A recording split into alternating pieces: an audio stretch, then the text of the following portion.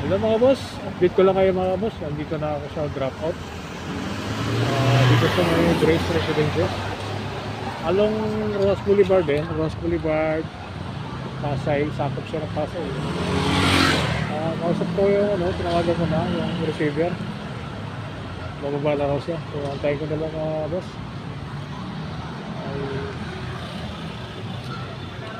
Mga libro to eh. Mahalaga sa kanya to. 187, okay na ito mga boss. Pauwi na tayo pagkatapos dito. Dandahan lang tayo pauwi. Pre, may makuha tayo pa Cavite. At pa more than 100 lang, okay na yung mga boss. Para at least may pasubra naman tayo.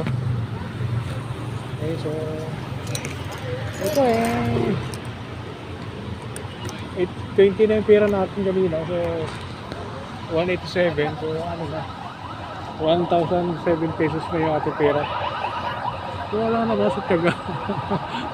Ano pala ito? SMDC rin pala ito mga boss. Tinambayan ko kanina dun sa aking pangatlong drop. SMDC rin yan, Sun Residence. Ito naman, Grace Residence. Okay. So antayin ko na lang mga boss. May dito na siguro yun. Ano tayo nagpapahinga din.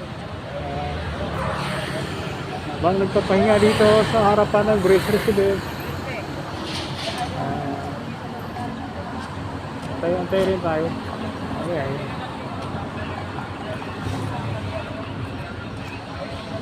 Okay lang naman yung 187 ibigay niya. Just na-reach natin yung target natin na 1,000. Nagit na yan.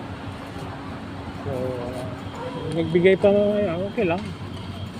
At least nakakuha pa naman tayo pa Cavite. Maaga pa alas 11 pa lang. Alas 11 pa lang yan Okay, so wala pa mga boss. Tuloy-tuloy na muna tayo mag-video. Okay, hanggang makuha natin yung 3 minutes na time natin sa video. Okay, so ito lang naman ako ito lang naman, nakatabay lang ako dun sa mag-receive. Okay, so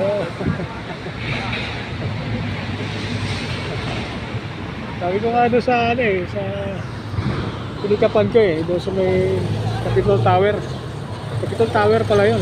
Mali kasi yung pin ko baka daw hindi ko i-remit yun. Sabi ko, kailangan natin